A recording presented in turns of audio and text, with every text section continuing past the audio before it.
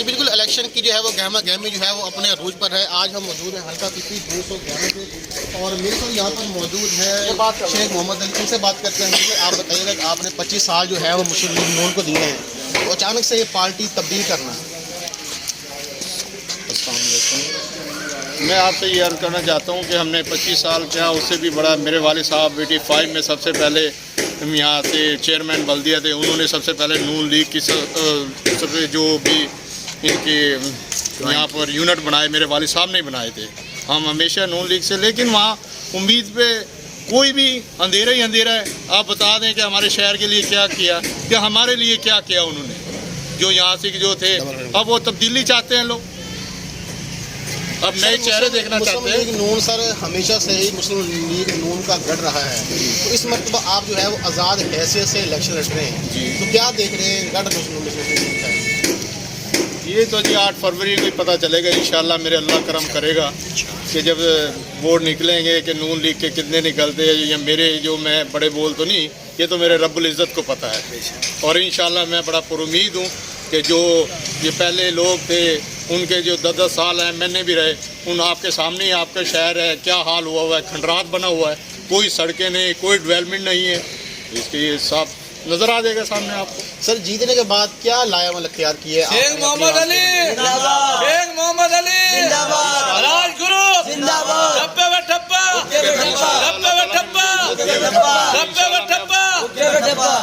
इंशाल्लाह अल्लाह ताला ने मुझे इज़्ज़त दी, मैं कामयाब हुआ तो इंशाल्लाह मैं अपने शहर की जो भी महरूमी है इंशाल्लाह पार्टी उसे ख़त्म करूँगा इंशाल्लाह।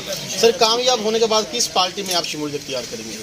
देखिए मैं एक ग्रुप का से इलेक्शन लड़ रहा हूँ जो कि ज़िला खानेवाल में हराज ग्रुप है, और मैं उससे इलेक्शन लड़ रहा हूँ। एक हम उनसे सब मिलकर ही साथ चलेंगे उनके, और सबसे मैं अपनी जो हल्के की मेरी आवाम है उनसे राय लूँगा, जो मेरे साथी हैं जो मेरे साथ चल रहे हैं तो उनसे, और जो मेरे मुल्क की बका के लिए बेहतरी के लिए होगा मैं वो कदम उठाऊँगा। सर बहुत ज़्यादा तरक्की काम जो हैं जो खानेवाल में नहीं हुआ आज तक।